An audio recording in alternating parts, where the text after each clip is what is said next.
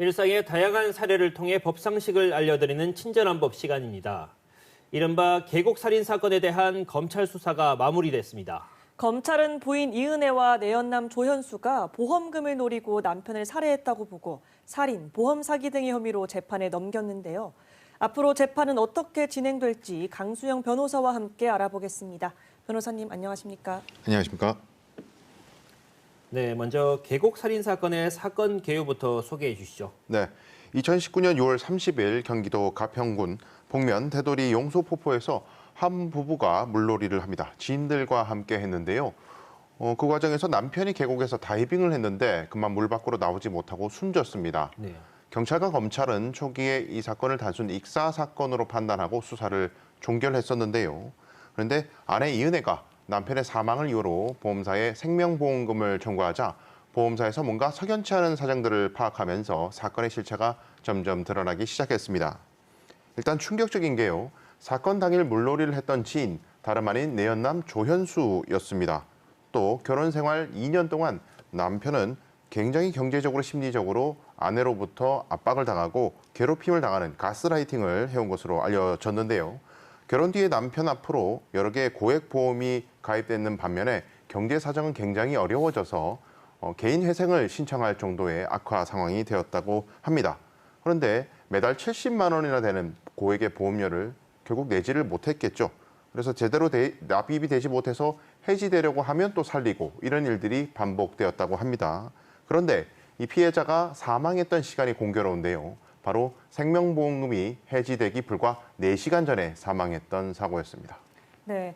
그런데 이 검찰이 처음 수사를 시작할 때는 부작위에 의한 살인 혐의로 구속영장을 청구했었는데 기소할 때는 자기에 의한 살인 혐의를 적용했어요. 이건 어떤 의미인 건가요? 네, 우리 형법은 인간의 행동을 자기와 부자기로 크게 나뉘거든요. 네. 자기는 어떤 행동을 하는 것을 말하고 부자기는 아무것도 하지 않는 것을 의미하는데 이 살인죄 적용해 보면 적극적으로 사람의 목을 조르거나 하는 행동을 하는 경우를 자기에 의한 살인, 죽을 위기에 있는 사람을 구할 의무가 있음에도 아무것도 하지 않아서 사람을 죽게 만드는 것을 부작위에 의한 살인이라고 합니다. 부작위에 의한 살인은 재판에서 이를 입증하기가 쉽지 않기 때문에 무죄 가능성도 있는 것이 현실입니다. 그런데 검찰은 수사를 하면서 수영을 전혀 하지 못하는 피해자를 무려 4m나 되는 계곡에 뛰어내리도록 강요했던 정황들을 여러 가지 포착을 했고요. 결국 이들이 사람을 죽이기 위해서 적극적으로 강요했다라는 측면을 강조해서 자기에 의한 살인으로 기소했습니다. 네, 이 두 사람은 아직도 혐의를 부인하는 것으로 알려지고 있는데요. 재판에서 이 사람의 유죄가 선고된다고 보십니까? 결국 검찰이 이들의 살인의 고의를 어떻게 입증하느냐, 여기에 관건이 있다고 볼 수가 있겠습니다. 그런데 고의라는 것은 이제 사람의 마음에 있는 것이기 때문에 결국 주변 정황들, 사건의 전후에 있었던 정황들을 종합해서 판단할 수밖에 없는데요. 일단 계곡 사건 이전에도 이들이 남편에게 보고피를 먹여서 사망시키려고 했던 그런 정황이 담긴 메신저 대화 내용이 발견이 됐고, 검찰 조사를 받다가 이 메신저 내용에 대해서 추궁을 받자 이은혜와 조현수가 잠적하고 도피 생활을 했었습니다. 또 이은혜는 피해자가 물에 빠져서 호적되지를 않았기 때문에 무슨 일이 일어났는지 전혀 알 수가 없었다라는 변명을 했었는데요.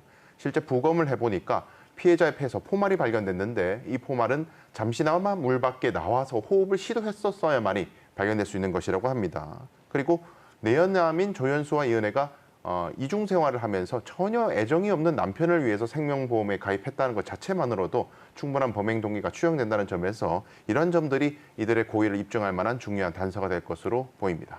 네. 그렇다면 이번 사건이 이 남편의 생명보험금 때문에 발생했다면 일종의 보험 사기로 볼 수 있을 것 같은데 최근 이렇게 보험금을 노린 강력범죄가 늘고 있다면서요? 네, 금융감독원에 따르면 지난해 국내 보험 사기 적발 금액은 무려 9,434억 원으로 역대 최다를 기록했다고 합니다.